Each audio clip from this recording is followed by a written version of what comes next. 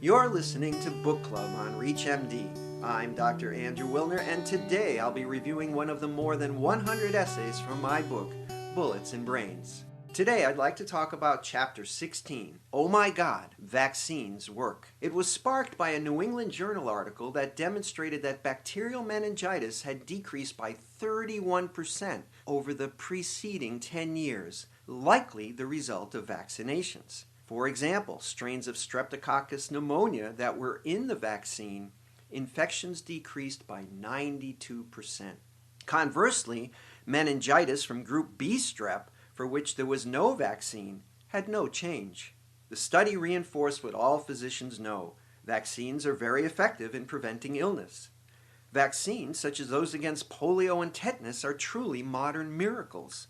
According to the World Health Organization, vaccines prevent 2 to 3 million deaths a year. I also highlighted a new book by Paul Offit, Chief of Infectious Disease at Children's Hospital, Philadelphia, Pennsylvania.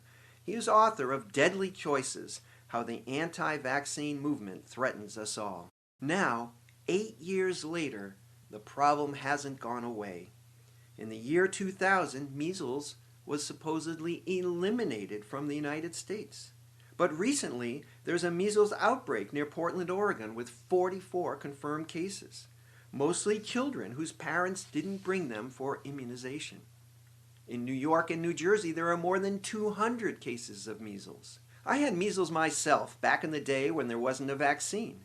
I was sick and missed a few days of school, but I was lucky. I didn't get pneumonia like 1 in 20 do, or encephalitis like 1 in 1,000 do.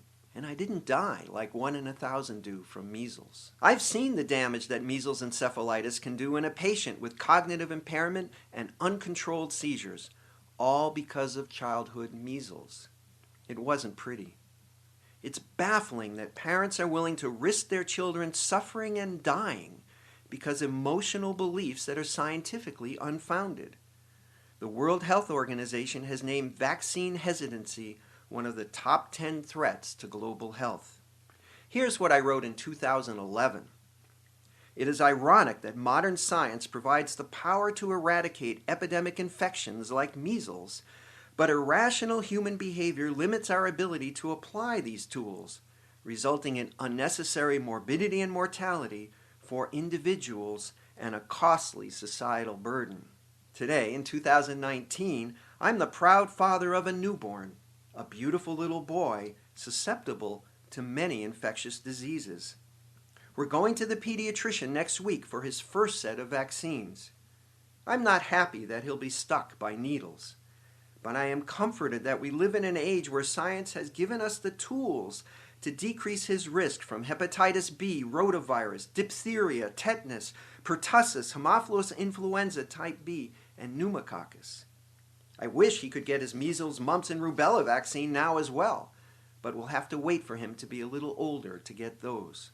I plead with other parents to vaccinate their children so that their own children, as well as their neighbors and schoolmates, will not suffer the consequences of preventable infectious diseases that not only cause misery, but sometimes lifelong morbidity and even death.